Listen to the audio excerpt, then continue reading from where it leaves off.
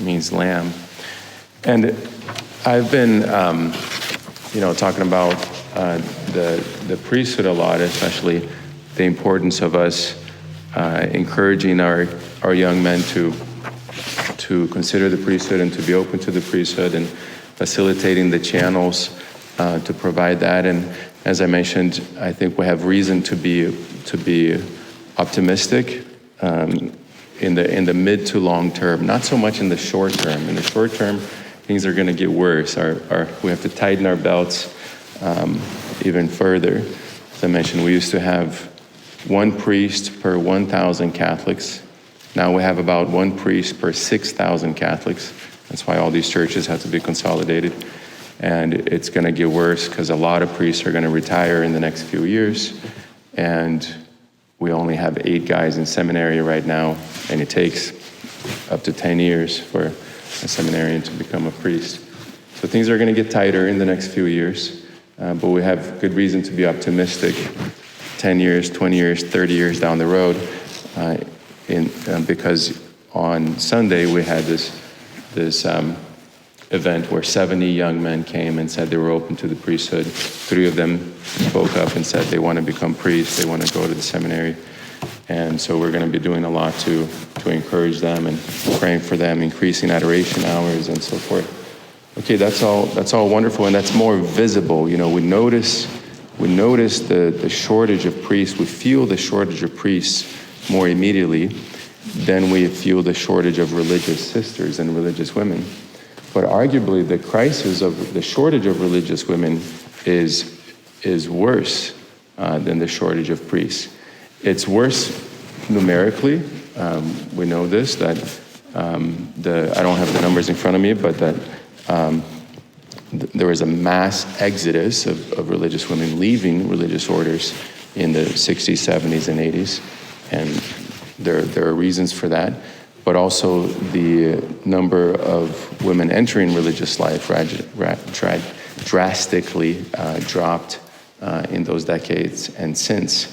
There are young religious orders that are vibrant, that are attracting a lot of young women. They're wearing full habits. They're praying many hours a day. They're living healthy community lives, all things of which were disintegrated during those decades. But now those things are being recovered, and there are a lot of young orders, young communities of religious women that are growing.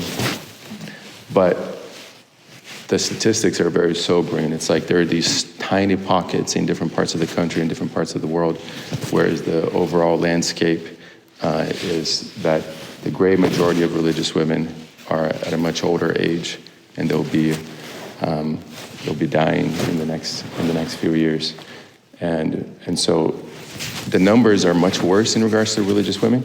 But arguably, the effects of that on the life of the church are much worse than the effects of the shortage of priests in the life of the church, because religious women, nuns, brides of Christ, are the model par excellence of what it means to be a Christian. What it means to be a Christian is not to produce, is not to do works, is not to create projects and to execute projects and so forth.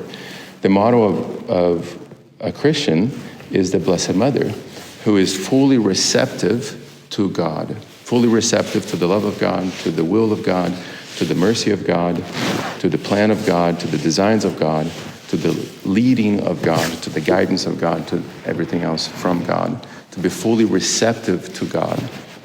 And that's who the religious sisters are. And we don't know, we just, myself included, but I think even,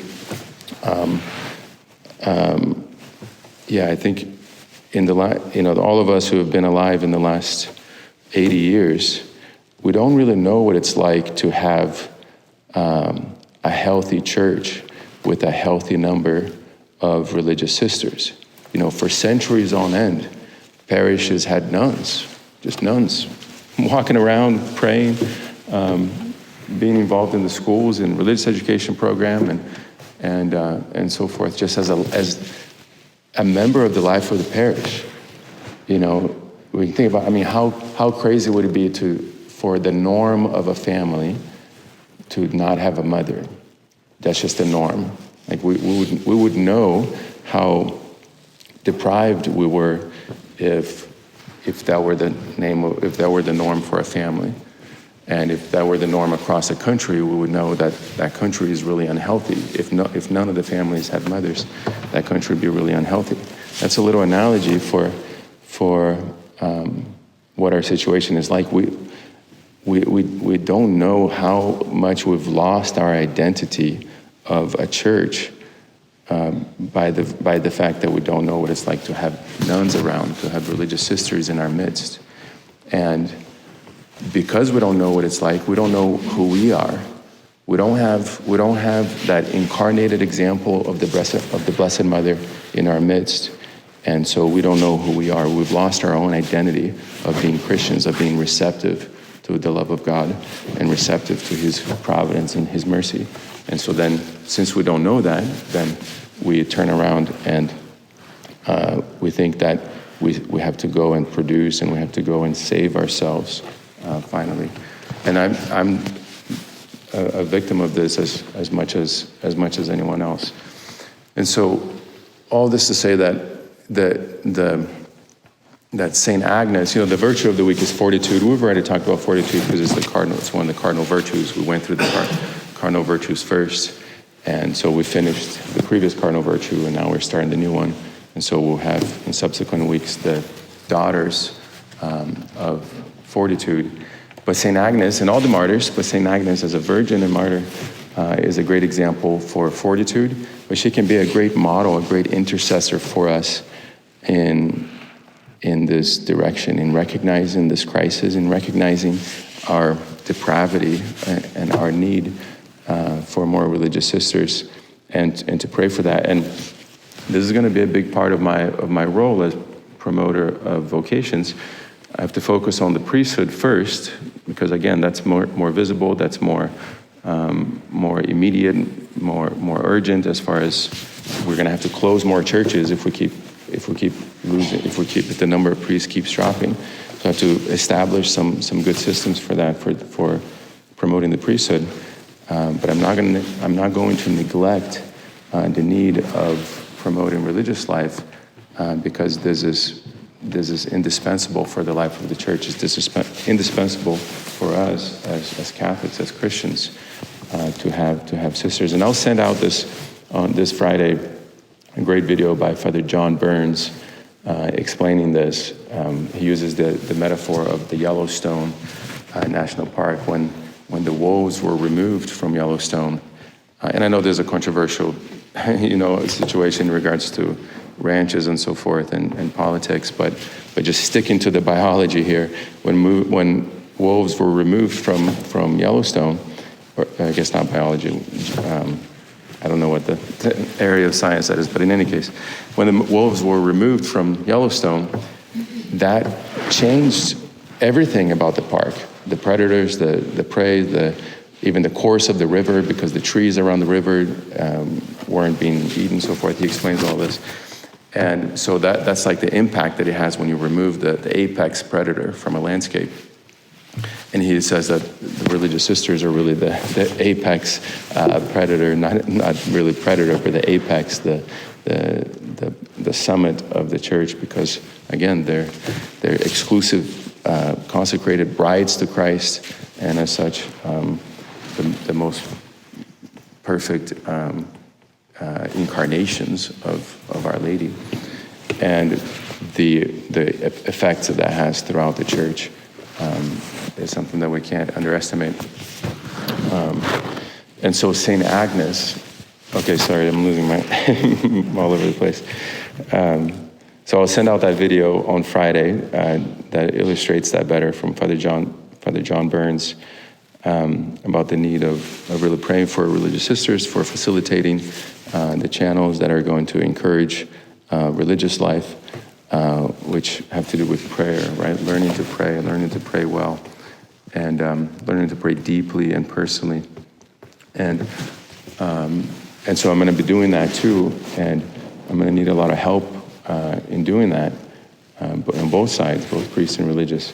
And but St. Agnes is going to be a model for us. It's not something, we have a supernatural lens here. It's all God's church, God's in control, but it's God's will to have more priests and religious, certainly. So it's not about us doing something against his will, but it's rather about us cooperating with him and facilitating that. Okay, I've already yapped for too long. I won't read this whole meditation, but there's a beautiful treatise here on virgins by St. Ambrose. It says, "Today is the birthday of a virgin. Let us imitate her purity. It is the birthday of a martyr. Let us offer ourselves in sacrifice. It is the birthday of St. Agnes, who is said to have suffered martyrdom at the age of 12. The cruelty that did not spare her youth shows all the more clearly the power of faith in finding one so young to bear it witness. There was little or no room in that small body for a wound. Though she could scarcely receive the blow, she could rise superior to it. Girls of her age cannot bear even their parents' frowns, and, pickled by a needle, weep for a serious wound. Yet she shows no fear of the blood-stained hands of her executioners. She stands undaunted by heavy, clanking chains. She offers her whole body to be put to the sword by fierce soldiers. She is too young to know of death, yet is ready to face it. Dragged against her will to the altar, she stretches out her hands to the Lord in the midst of the flames, making her the triumph sign of Christ the victor on the altars of sacrilege. She puts her neck and hands in iron chains, but no chain can hold fast her tiny limbs." I'll stop there. You can find this on divineoffice.org for the meditation for today, but that's the disposition that we want to have, right? We know that Christ has already conquered sin and death. We know that he's already the victor. At the end of the day, we don't finally be worried about all these things, because we can still be saved, even in the shortage of priests, in the shortage of religious. We can still focus on the Lord, and he can still bring us to heaven. And with that perspective, we can have fortitude. We can go forward with courage, going forward one step at a time, even going forward to our martyrdom.